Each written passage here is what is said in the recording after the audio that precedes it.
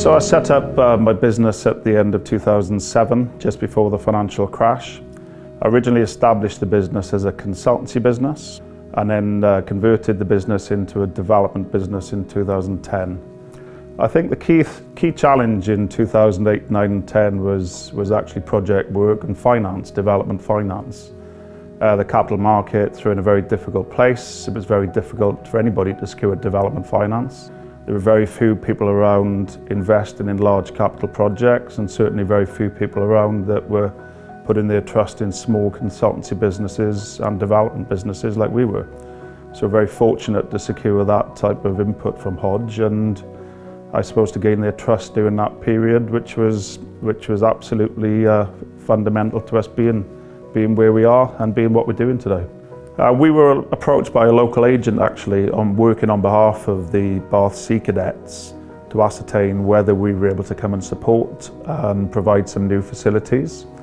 The Bath Sea Cadets were gifted the site in the 1930s, fabulous site in the middle of the city, but the buildings I suppose had fallen into disrepair over many years. The Sea Cadets were asset rich and cash poor. They didn't have any funds with which to maintain their buildings or certainly repair them. The role they wanted us to try and fulfill was to find a way of building them some new facilities, keeping them on the site in perpetuity, and finding a way of paying for that within the context of a sensitive inner city Bath site. And obviously from our end, the key aspect for us from a development perspective is to provide that long-term facility and that social amenity.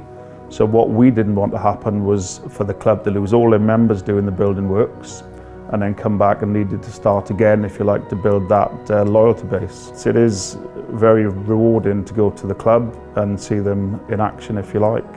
We've been down there several times. We've been invited by the Sea Cadets to go and observe what they do on a night-to-night basis, and that is very rewarding, I would say. We've done a lot of developments. We tend to finish, hand the keys over, and then go and do something else.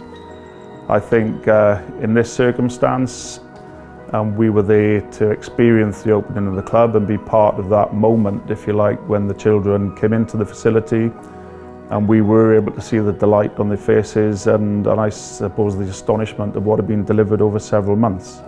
So building the facility has provided, a fabulous place for them to go and learn. It's something active they can do in the centre of Bath and engage with the activities on the river. So I think without the support from ourselves and again the support of Hodge Bank, who saw the opportunity, the Sea Cadets would have been in a very difficult position. I don't think they would be where they are now. They certainly wouldn't be in that building. So I think with forward thinking, I think with some unique insights how we could develop the site and work together, and certainly given the funding package provided by Hodge, we were able to provide a facility for the long term to make sure they were there in perpetuity.